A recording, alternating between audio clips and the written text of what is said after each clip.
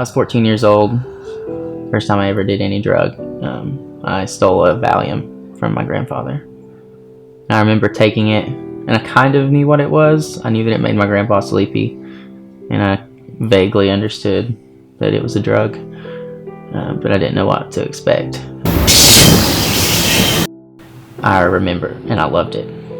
I didn't know what was going on. There was a thrill to that I didn't remember what happened, and after I kind of came to, like, I don't know how to describe it.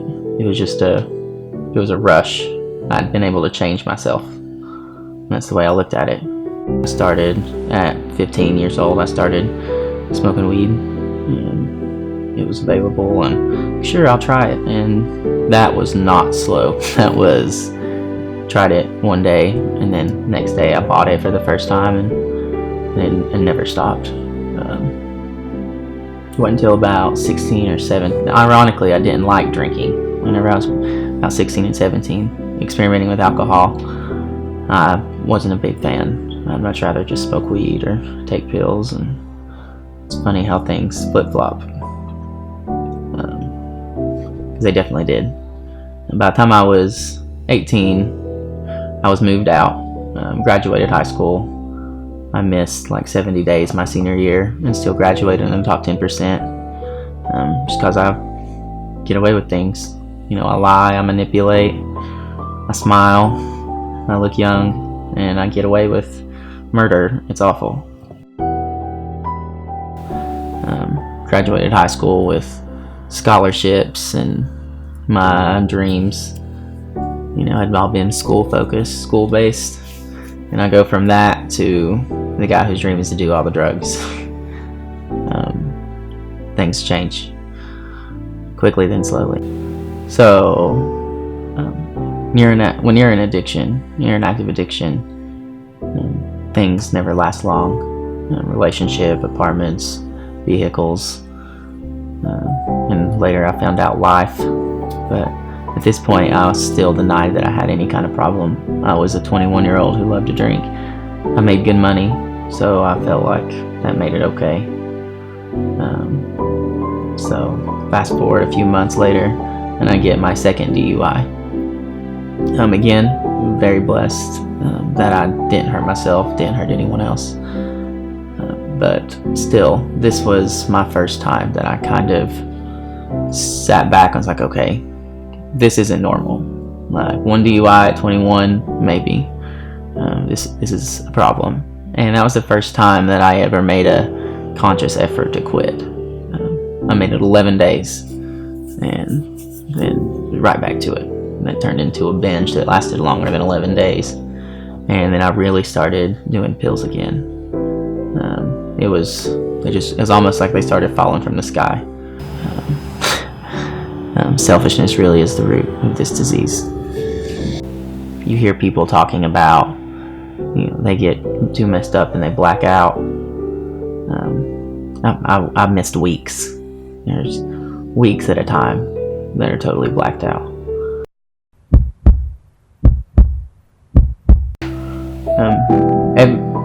I had no power. I was absolutely powerless over drugs, alcohol. As soon as I started, I had no off switch. Put one in my body, and I was doing all of it. I couldn't stop it. Then I turned into a monster. Just more, and no matter what I had to do to get more, I would do it. No matter who it hurt or who got in my way, I got them. I never had the courage to admit to myself that I was trying to kill myself until the very end, but I knew that's what I was doing. And just whenever I wasn't giving myself any time to sober up at all, and just kept going and stopped counting the amount of pills that I poured out of the bottle to put in my mouth. I just took a handful and go, taking bottles. I knew it was coming soon. Even at first, I didn't believe that it was possible. Nobody used like me. Nobody drank like me. I was smarter than these people. had gotten away with everything. The only people that had ever caught me with anything was the cops on a DUI, or 3. And that was my only problem in life. And I just had no faith in it. But I tried everything else. So whether I had faith in it or not, there was nothing else to do. So I took some suggestions. I started going through the motions, but this time really going through them. I kept telling myself, kept telling others, I don't know how this is going to work, but I'm just going to try. I'm going to try. And it did. I am 108 days sober today. I've never felt better in my life.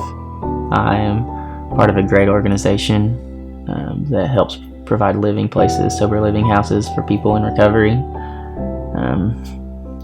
It's the 24th of May, and I'm sitting on this couch talking about being sober and staying sober and what life can look like and what you don't have to do. And if somebody had told me 3.5 months ago that this is what life's going to look like, I would have laughed in their face. But today I'm sober, and today I'm happy I'm sober, and I know I can, and tomorrow's looking pretty good too.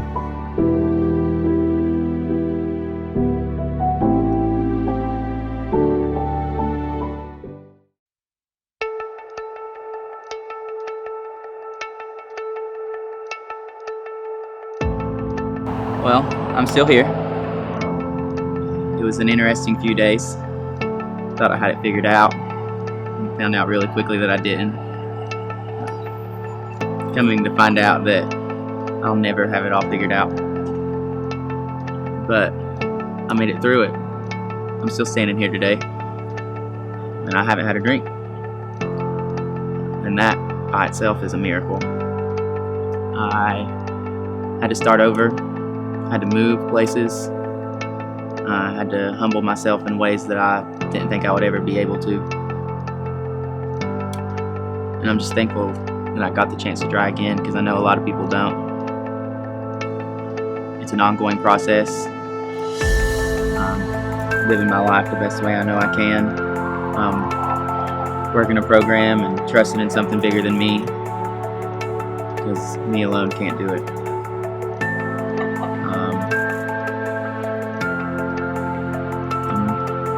Blessed and terrified, but there's hope. There's